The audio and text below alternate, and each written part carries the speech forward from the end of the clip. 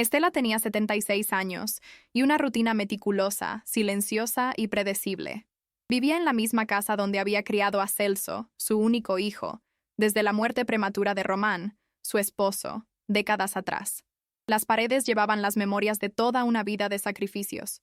Noches en vela cuidando al hijo con fiebre, almuerzos empacados para que él llevara a la universidad, garantías firmadas en la notaría sin leer la letra pequeña. Todo por confianza, todo por amor. Nunca fue de pedir nada a cambio.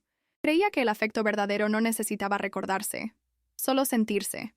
Estela no tenía muchos lujos, pero se enorgullecía de haberle dado una vida mejor a Celso y de haber apoyado a Amalia cuando abrió su boutique.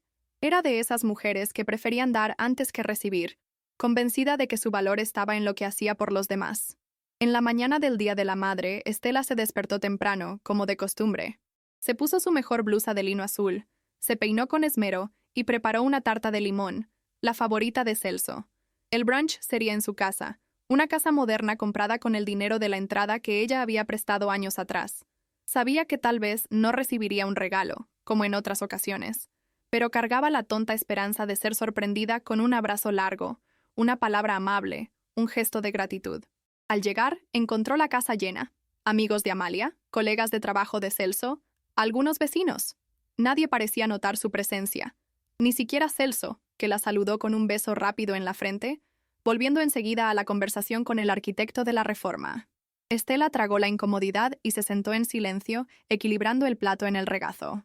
El momento en que todo se rompió llegó sin aviso. Amalia cruzó la sala con una sonrisa tensa, equilibrando una bandeja de croissants, y al acercarse a Estela, se detuvo abruptamente. «Podrías al menos haber avisado que vendrías con ese olor a moho», murmuró entre dientes, pero lo suficientemente alto como para que los más cercanos la oyeran. Estela apenas tuvo tiempo de reaccionar. La mano de Amalia vino rápida, una bofetada seca, sin explicación, sin contexto. El sonido resonó más fuerte que las risas de los invitados. Por un instante, el ambiente se congeló. Estela quedó inmóvil, sintiendo la piel del rostro arder y el suelo alejarse bajo sus pies. Miró a Celso, a pocos metros, esperando, quizás por instinto, que dijera algo, lo que fuera, pero él solo desvió la mirada, fingiendo interés en la copa de espumante que giraba entre los dedos. El dolor físico pasó rápido, pero el silencio de Celso quedó allí, clavado como un clavo oxidado en el pecho. Estela se levantó sin decir palabra, sosteniendo la tarta con ambas manos, y salió con la misma dignidad con la que había llegado. Nadie la detuvo. Afuera, el sol pegaba fuerte, casi agresivo, y la calle estaba silenciosa. Caminó despacio hasta la parada del autobús, rechazando el taxi que el portero le ofreció con una mirada piadosa. En esa caminata, por primera vez en muchos años, Estela no lloró. En vez de eso, sintió que algo nuevo crecía dentro de ella, una especie de cansancio rebelde, de lucidez que ya no aceptaba más excusas. Ya en el autobús, con la tarta ahora torcida sobre el regazo, lo entendió. Aquello no fue un accidente, fue un punto final. Y los puntos finales, aunque duelan, también pueden ser comienzos. Al llegar a casa, Estela dejó la tarta intacta sobre la encimera y se sentó a la mesa como si esperara a alguien. La cocina, antes llena de recuerdos, los almuerzos de domingo con Celso pequeño, las noches en que Román la abrazaba por la espalda mientras cocinaba, ahora parecía un escenario distante. Todo allí había sido hecho para otros. Cada olla comprada, cada factura pagada, cada noche mal dormida. Estela pasó los dedos por los botones de la estufa, recordando cuando vendió las alianzas de oro para ayudar con la primera cuota del local comercial de Amalia. Siempre creyó que eso era lo que hacían las madres. Lo daban todo. Pero nadie la preparó para el día en que darlo todo se volvería sinónimo de no valer nada. El rostro todavía ardía, pero lo que dolía era el vacío. Un vacío que, esta vez, no se llenaría con excusas ni silencios. Al final de la tarde, Luzmila apareció sin avisar. Era una amiga antigua de los tiempos de la biblioteca, con quien mantenía un contacto esporádico pero afectuoso. Al verla, Estela no intentó disimular. «Amalia me pegó», dijo con voz firme y baja. Luzmila no preguntó por qué. Solo se sentó, tomó la mano de la amiga y permaneció en silencio unos segundos. Luego dijo lo que Estela más necesitaba oír. «Basta, ahora es por ti». Al día siguiente, fue ella quien llamó a Fabiola, una abogada de mediana edad, hija de una amiga en común, y alguien a quien Estela siempre había admirado por su firmeza tranquila. En una semana, Tenían los documentos en mano: escrituras, cuentas conjuntas, autorizaciones, testamento. Por primera vez en décadas, Estela leía todo con atención. No como una mujer rota, sino como alguien que, finalmente, había decidido protegerse a sí misma. No de los demás, sino de la ilusión de que ser madre justificaba cualquier dolor. Los días siguientes estuvieron marcados por un tipo de energía que Estela ya ni recordaba que existía. Con cada papel firmado, cada poder revocado, sentía como si una capa de polvo fuera retirada de su piel. El banco fue el primer paso. Canceló los accesos de Celso a la cuenta conjunta y solicitó nuevas tarjetas solo a su nombre. Luego fue a la notaría para revisar el testamento, el mismo que dejaba todos sus bienes al hijo y a la nuera, en un gesto de confianza ciega que ahora le parecía casi infantil. Fabiola sugirió que reflexionara con calma sobre a quién quería beneficiar. Estela, entonces, se tomó 2 días enteros solo pensando. En vez de apresurarse a deshacer los errores, quiso hacer todo con conciencia. Durmió poco, pero durmió con una paz inédita. La decisión final llegó en una mañana gris, mientras tomaba café con pan duro. Pensó en Marina Elías, una exalumna del curso de alfabetización que había coordinado a principios de los 90. Marina había sido una niña tímida, criada por la abuela, que descubrió su pasión por la escritura gracias a Estela. Habían perdido contacto después de que la joven se fue a estudiar a otra ciudad, pero de vez en cuando Marina le enviaba cartas o correos agradeciéndole por todo. Era una gratitud sincera, sin lazos de sangre ni obligaciones impuestas. Estela sonrió al recordar la última carta, en la que Marina contaba que ahora también era profesora y que utilizaba muchos de los métodos que había aprendido con ella. En ese instante, quedó claro. Marina sería una de sus herederas, no solo de los bienes, sino de la parte de ella que siempre creyó que enseñar era transformar, y que el amor, cuando es verdadero, no exige sacrificio sin retorno. Además de Marina, Estela decidió dividir su herencia con 2 personas que estuvieron a su lado cuando más lo necesitó: Luzmila y Fabiola. No por caridad, sino por reconocimiento. Luzmila era esa amiga que nunca exigía explicaciones, que veía más allá de las apariencias, y tenía el raro don de estar presente sin invadir. Fabiola ofreció más que asistencia jurídica. Ofreció respeto, paciencia y escucha. Las 3 mujeres comenzaron a reunirse con frecuencia, generalmente en la terraza de la casa de Estela, regando plantas y tomando té, como si estuvieran tejiendo una nueva vida juntas. Allí, lejos del ruido de las obligaciones y expectativas, Estela reencontraba partes de sí misma que ni sabía que había dejado atrás. Por primera vez, no era la madre de Celso, ni la suegra de Amalia. Era solo Estela. Y eso bastaba. Con los papeles finalizados, solo faltaba una decisión importante: el destino de la casa. Allí estaban sus recuerdos más profundos, pero también los silencios más pesados. Durante días, Estela reflexionó. Caminaba por las habitaciones como quien visita un pasado que ya no le pertenece. El cuarto de Celso aún tenía cajas con juguetes antiguos, olvidados hace años. La estantería del salón guardaba fotos en marcos que ahora parecían objetos de un museo personal. En vez de vender la propiedad, decidió reformarla. No por lucro ni vanidad, sino para transformarla en un lugar vivo, con propósito. Con el apoyo de Fabiola, inició el proceso para registrar la casa como sede de un pequeño instituto dedicado a la alfabetización de adultos y talleres para mujeres maduras en situación de abandono. No quería estatuas, ni homenajes. Quería utilidad, continuidad. Quería dejar un legado que no se resumiera en parentesco, sino en impacto real en la vida de quienes, como ella, un día fueron olvidadas. La noticia de los cambios no tardó en llegar a Celso y Amalia. Primero vino el bloqueo de la cuenta que usaban como si fuera una extensión de la suya. Luego, la revocación de la garantía de la boutique, que Amalia había ampliado más allá de lo razonable, sostenida en deudas firmadas por Estela. Cuando Celso llamó para confrontarla, no encontró a una mujer desesperada. Encontró silencio. Estela no gritó, no lloró, no explicó. Solo colgó el teléfono tras decir: la vida que construyeron a costa mía ahora tiene que sostenerse sola. Fue un shock. Por primera vez, Celso tuvo que mirar a su madre no como soporte, sino como alguien que había dejado de aceptar el papel de peldaño. Amalia, por su parte, intentó contactar directamente a Fabiola, exigiendo explicaciones legales. Recibió una respuesta clara y técnica. Todos los actos habían sido realizados con total capacidad y legitimidad por parte de Estela. No había nada que pudieran deshacer. Mientras el mundo de Celso y Amalia se desmoronaba en silencio, Estela reconstruía el suyo con pequeños gestos, Empezó a salir a caminar temprano, con ropa ligera y zapatillas nuevas que Fabiola le regaló. Se inscribió en un curso de jardinería en el centro comunitario, algo que siempre quiso hacer, pero nunca tuvo tiempo. Invitó a Marina a visitarla y lloró al reencontrar a aquella joven ahora adulta, llena de gratitud en los ojos e ideas para el instituto. Luzmila apareció con donaciones de libros. Fabiola llevó a una amiga arquitecta para ayudar con la reforma. Poco a poco, la casa fue cobrando nueva vida. Las paredes antes opacas ahora recibían colores, y la terraza antes silenciosa era ocupada por voces femeninas, decididas a aprender, enseñar y recomenzar. Estela no sonreía para parecer fuerte. Sonreía porque estaba, por fin, viviendo para sí misma. Y por primera vez, eso era suficiente. El primer evento oficial del instituto fue en el propio cumpleaños de Estela. Dudó al principio. Nunca le gustó ser el centro de atención, pero cedió al entusiasmo de las mujeres que ahora formaban su nuevo círculo. No había globos ni lujos. Era un encuentro sencillo, con café recién hecho, pastel preparado por Luzmila y carteles pintados a mano por las primeras alumnas del curso de alfabetización. Cuando Marina tomó el micrófono improvisado y dijo que Estela había sido el puente entre su infancia difícil y la vida que tenía ahora, los ojos se llenaron de lágrimas. No solo los de Estela, sino de todas allí. Aquella era una celebración que no dependía de lazos consanguíneos ni apariencias.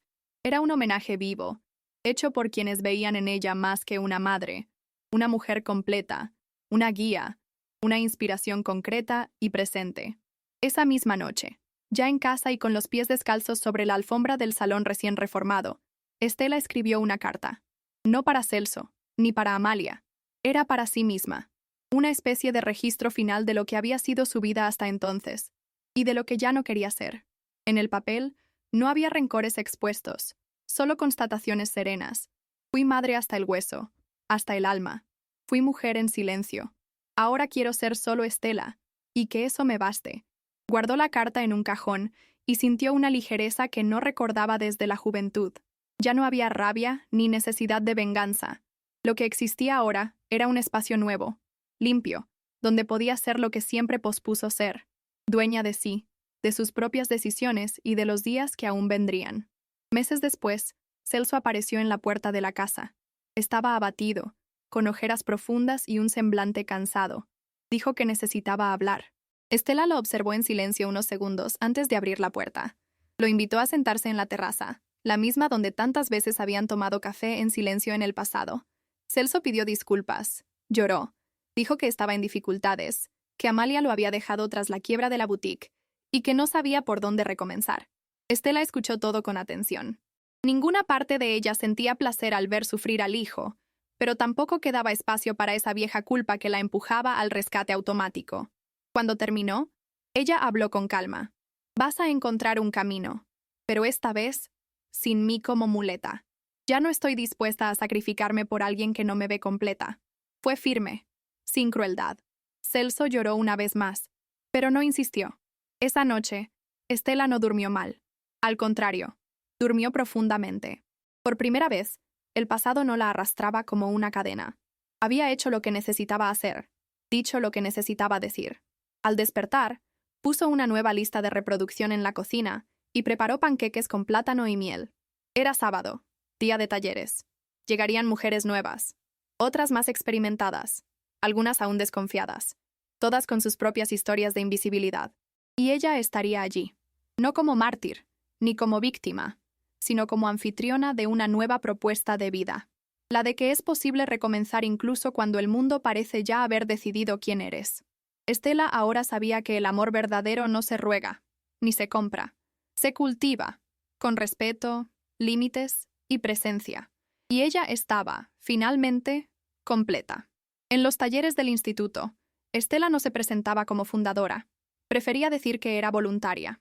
Ayudaba con las lecturas, servía la merienda, organizaba las sillas. Sentía placer al ver a otras mujeres expresarse, algunas por primera vez en décadas. Las historias se repetían con matices distintos: madres ignoradas, abuelas descartadas, esposas silenciadas. Estela no se ponía por encima de ellas. Se reconocía en ellas. La diferencia era que, tras toda una vida dedicada al otro, había elegido vivir para sí. Esa decisión, aparentemente simple, era revolucionaria. Las participantes, al darse cuenta de que esa señora de mirada tranquila y firme también llevaba heridas, se sentían autorizadas a reconstruirse sin vergüenza. Estela no era ejemplo, era espejo, un reflejo posible de quien ya fue anulada y, aún así, se negó a terminar olvidada. Con el tiempo, el instituto creció. Llegaron donaciones anónimas, voluntarias más jóvenes, alianzas con escuelas y proyectos locales. Marina asumió la coordinación pedagógica, Luzmila lideraba el grupo de apoyo emocional y Fabiola cuidaba de los asuntos legales con dedicación rara. Estela, por su parte, se mantenía presente en todo, pero con ligereza. Ya no necesitaba probar nada a nadie. Lo más simbólico fue cuando, en uno de los encuentros, una joven preguntó por qué había creado el instituto. Estela dudó un segundo. Luego respondió con sinceridad, porque necesitaba un lugar como este y nunca lo tuve. Entonces decidí crearlo para mí, y después me di cuenta de que también podía ser para otras. No hubo aplausos ni discursos, solo un silencio lleno de comprensión, como si todas allí supieran exactamente de qué estaba hablando. En ese instante, Estela supo que, independientemente del tiempo que le quedara, había finalmente ocupado un espacio que era suyo, sin pedir permiso, sin tener que explicarse. Con el fortalecimiento del instituto, Estela sintió algo que hacía mucho no experimentaba: satisfacción genuina. Caminaba por la sala principal, mientras Marina explicaba los nuevos módulos del curso, observando rostros que reaccionaban con entusiasmo a cada descubrimiento de letras tomando forma en sus manos. Había algo poderoso en ese ambiente de aprendizaje colectivo. Mujeres que, antes silenciadas por la vida, encontraban voz no solo para leer y escribir, sino para contar sus propias historias. En ese instante, Estela se dio cuenta de que su lucha íntima se había convertido en un movimiento que empoderaba a otras vidas. En la estantería junto a la pizarra, al lado de los libros de gramática, descansaba su propia carta a sí misma, ya casi vencida por el tiempo, recordándole el camino recorrido. No la leyó en voz alta, pero cerró los ojos suavemente, sintiendo el peso de las palabras ahora disuelto en alivio. Afuera, noticias sobre el instituto empezaron a circular por el barrio.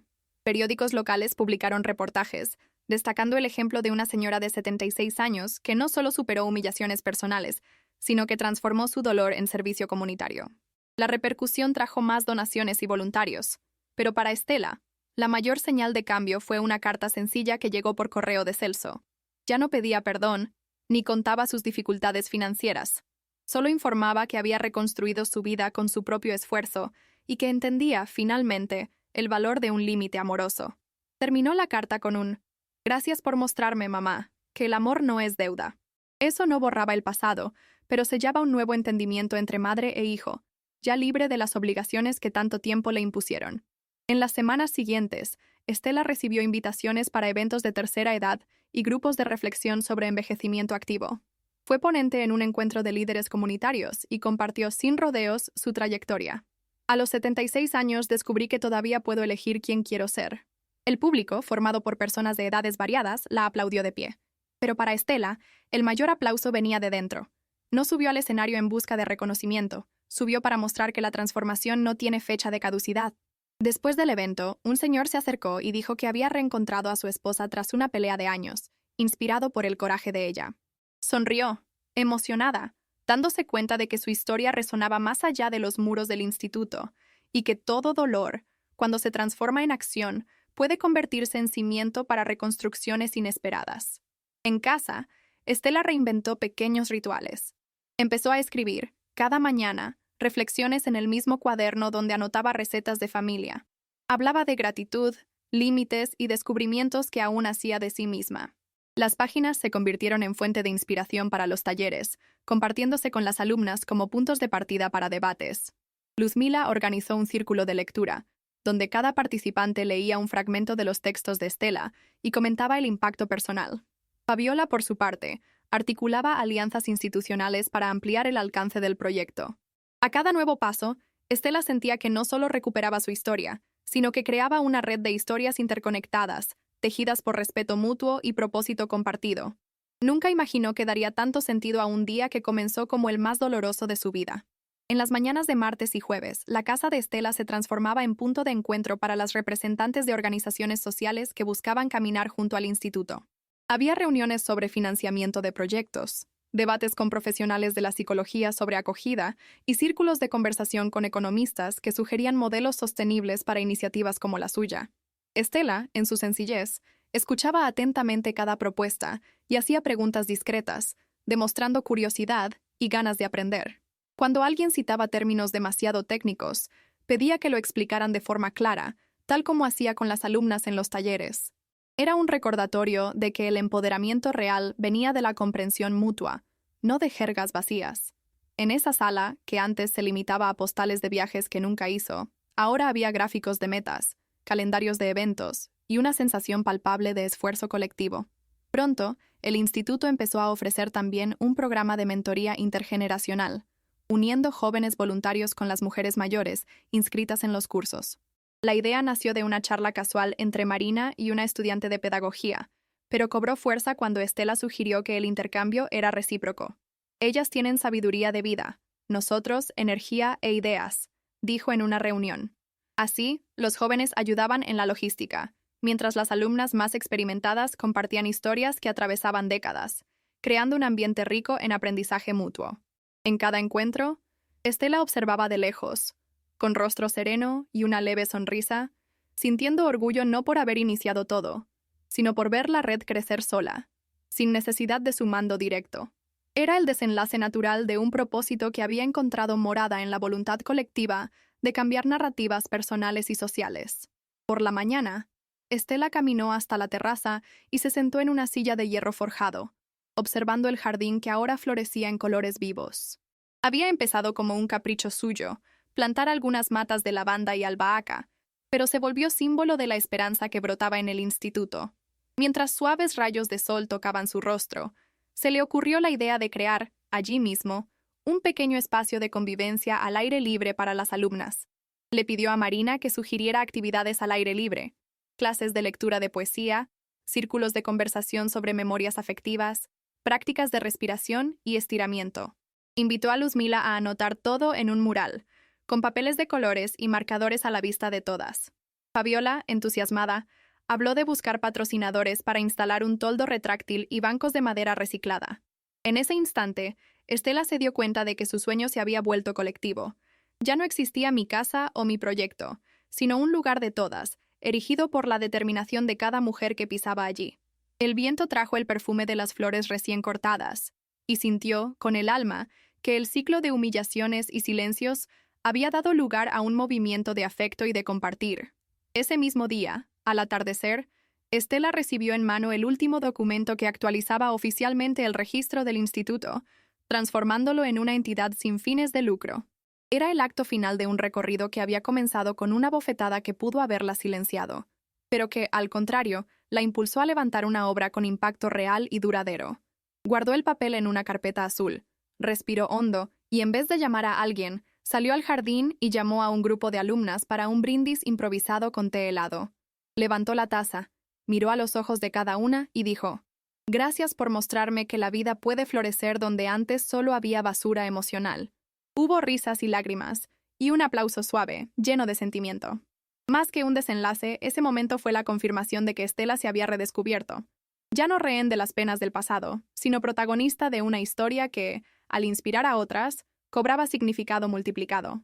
Levantó la vista hacia el crepúsculo, sintiendo por primera vez que su legado no cabría en testamentos. Viviría en cada palabra leída, en cada mano extendida y en cada flor que floreciera en ese jardín de nuevos comienzos.